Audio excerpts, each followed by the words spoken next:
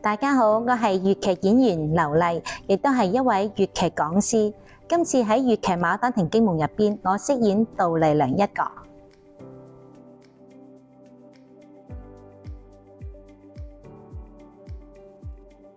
咁今次嘅合作咧，我覺得係非常難忘啦。咁好難得咧，可以同一班咁優秀啦，同埋資深嘅演員合作啦。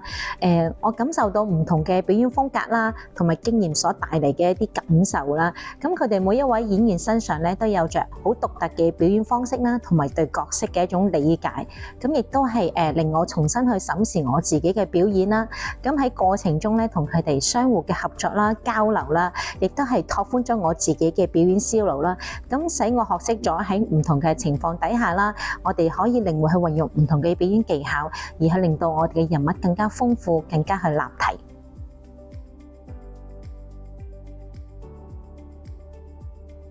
我覺得係打破咗我以往一啲固定嘅一個表演模式啦。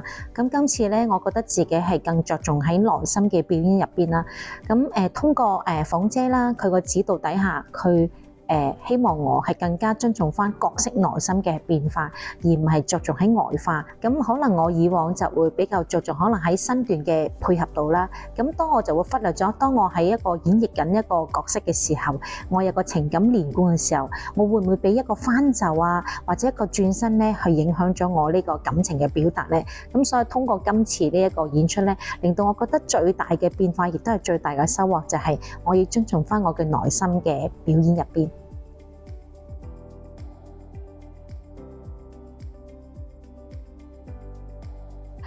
咁當我接咗呢個劇本之後咧，咁我當然梗係好興奮、好開心啦。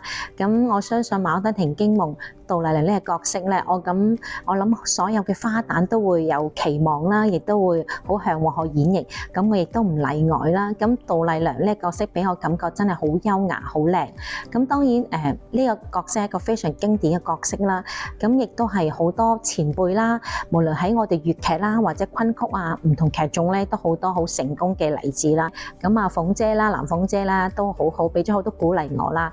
咁就支持我去大膽去做我自己想去表達嘅角色啦，想去表達嘅情感。咁佢就係從旁啦，去指導我，去帶領我啦。咁喺真係進入排練嘅時候，咁亦都有我嘅好拍檔啦，成斌啦，咁亦都有阿旭哥啊、全哥佢哋一齊去俾鼓勵我，佢哋都非常好嘅，去支持我大膽去發揮我自己想去表達嘅一個模式。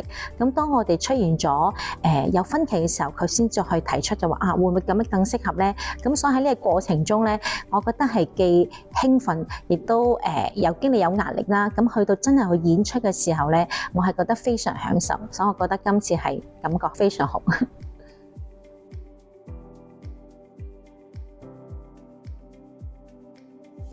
我覺得傳承咧係我哋發展嘅根基啦，我哋一定要尊重傳統，保留粵劇嘅經典元素同埋表演精髓，令到後人繼續可以領略到我哋粵劇嘅獨特魅力。咁我認為創新並非拋棄傳統，而喺傳承嘅過程基礎上，我哋進行有益嘅探索啦。咁好似今次我哋粵劇《牡丹亭驚夢》咁，我哋呈現嘅係一個全新嘅舞台啦。咁你見到我哋好多嘅新嘅佈景啦，亦都係同我哋傳統有少少唔同咗，但係我哋嘅表演精髓啦，我哋嘅傳統嘅唱腔，我哋都冇變到嘅。咁而你要見到我哋可能喺個燈光上啦，我哋亦都會加咗好多新嘅氣氛喺入邊，咁可以幫助我哋演員咧更好咁去呈現啦。咁亦都見到我哋遊園驚夢嗰場咧，你見到我哋都加入咗一啲新嘅舞蹈元素入邊啦，亦都係希望可以將杜麗娘同埋柳夢梅嘅愛情嘅過程啦，通過舞蹈去呈現出嚟。所以我覺得呢一種嘅創新，我覺得係可以接受嘅。佢既冇影響我傳統嘅一種表現，亦都可以幫我加深咗呢個角色嘅呈現啦，同埋成個舞台嘅效果，亦都增強咗呢個唯美嘅感覺。通過今次一個演出嘅同埋一個合作啦，咁我都好想同我啲學生啦，或者將來應用喺我嘅教學課程入邊啦。咁我覺得一個好嘅藝術作品咧，係要不斷去精益求精啦。咁通過相互嘅溝通啦、切磋啦、去交流，同埋我覺得要多啲去思考。呢個係一個好重要嘅過程啦。我覺得演員千祈唔好固步自封，我哋要嘗試每一次嘅排練咧，要將眼界放闊啲。我哋每次都要當一個新嘅演員去吸收，咁或者喺過程中有唔同嘅演員俾一啲分享你啦，又或者你自己每次嘅演出咧都要帶一種新嘅感覺去演，咁可能會有得到更新嘅一啲深入嘅思考喺入邊。